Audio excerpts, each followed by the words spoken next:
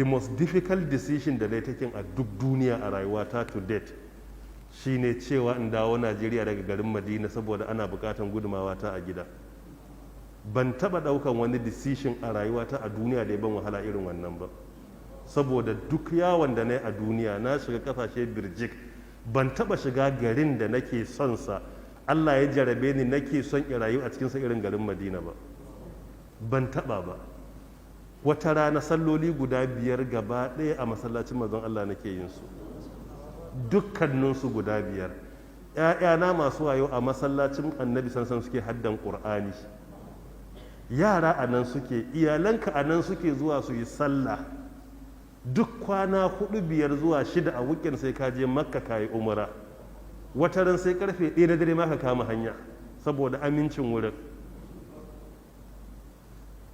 Kuma abin da ake baka na yau da kullum a matsayin albashi da allowances, wallahi al'adun ba na iya kashe kashi 25 cikin 100.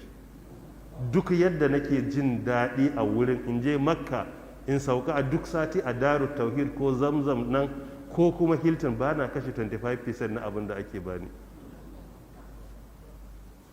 To but wahalan sha'ani shine no place like home. Idan kowa ya guji gida, to wa zai zo ya bada gudumawa wajen rage matsalar gidan? Kuma duk ƙasar da ka gani a duniya 'yan ƙasar ne suka yi haƙuri suka tsaya suka gyara ta, amma ba a taɓa gyara wani gari a duniya kowane ɗan gari ya ce shi zai bar garin ya koma wani wuri ya zauna ba a taɓa gyara da haka ba. So dole sai an haƙura da wasu abubuwa.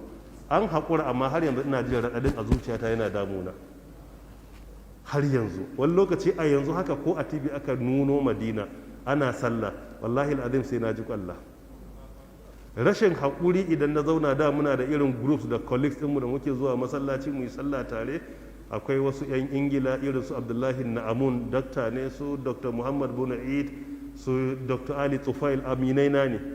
Kullum kawai za mu fito daga ofis kawai sai a shiga motar ɗaya a je harami, minti 5 an yi sallah, an isa masallaci an yi sallah an dawo.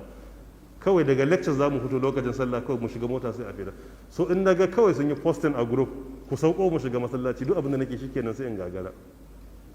Saboda me, ina tuna waɗannan moment ɗin. Haka na yi ta zara kaina a group ɗin, ba zan iya zama ba. Kawai me, abin da ya fi mun raɗaɗi shine wannan. Saboda kusan kullum za a yi sallah, mafi ƙanƙanta ana samun salloli 4 a kowane wuni. In ka kai sake za ka yi guda 3 a masallacin manzo Allah sallallahu alaihi wasallam, to akwai ribar da ya kai wannan? Gidan da nake zaune zuwa rijiyar Sayyidina Uthman wanda ya sayi annabi ya ce makomarsa aljanna ne, ba na kai minti 2 ko 3 nake isa wurin. Ina zaune a Faisaliya, anguwar da nake daga gani ga jami'a, hanya ne tsakanina da jami'a.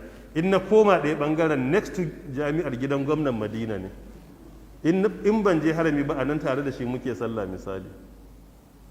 To ka fito a wannan hali ɗin, ka bar damar ka zo, Allah dai ya samu dace. Allah ya karbi wannan a matsayin ibada. But it has not been easy for me har yanzu.